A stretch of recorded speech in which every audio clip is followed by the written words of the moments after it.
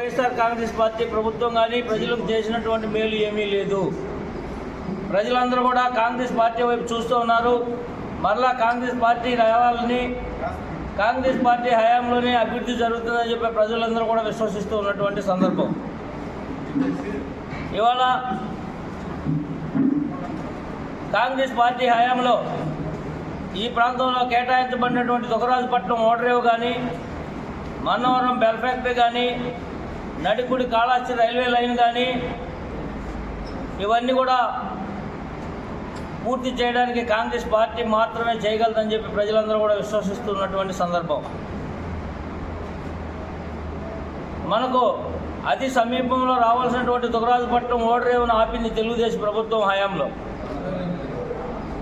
YSR Congress party అధికారంలోకి వచ్చిన వెంటనే దాన్ని ఏర్పాటు చేస్తామని చెప్పి హామీ ఇచ్చి పార్టీ అధికారంలోకి వచ్చిన తర్వాత మన ప్రాంత అభివృద్ధిని పూర్తిగా మర్చిపోయినటువంటి సందర్భం. కాబట్టి ఈ ప్రాంతంలో ఏదైనా అభివృద్ధి జరగాలన్నా, ప్రజలకు మేలు చేసేటువంటి కార్యక్రమం ఏదైనా తీసుకురావాలన్నా అది కాంగ్రెస్ పార్టీతోనే సాధ్యం అని చెప్పి ఈ సందర్భంగా తెలియజేస్తూ ఉన్నాను. ఇవాళ కాంగ్రెస్ పార్టీ రేపు అధికారంలోకి వచ్చిన వెంటనే రైతులందరికీ 2 లక్షల రుణమాఫీ ఒకేసారి చేయడం జరుగుతుందని ఈ సందర్భంగా నేను తెలియజేస్తున్నాను. అదేవిధంగా మహాలక్ష్మి పథకం కింద మహిళలందరికీ ప్రతి సంవత్సరం 1 లక్ష రూపాయలు ఇచ్చే విధంగా ప్రతి నెల 8,500 రూపాయలు ఇచ్చే విధంగా ఒక కార్యక్రమాన్ని తీసుకురావడం జరిగింది.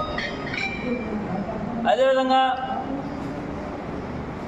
ఒక ఇంట్లో ఎంతమంది వృద్ధులు ఇద్దరు ఉంటే భార్యాభర్తలకు ఇద్దరు కూడా పెన్షన్ ఇచ్చేటువంటి పథకం ప్రతి ఒక్కరికి 4,000 రూపాయల చొప్పున ఇవ్వడం జరుగుతుంది కాంగ్రెస్ పార్టీ అధికారంలోకి వచ్చిన వెంటనే.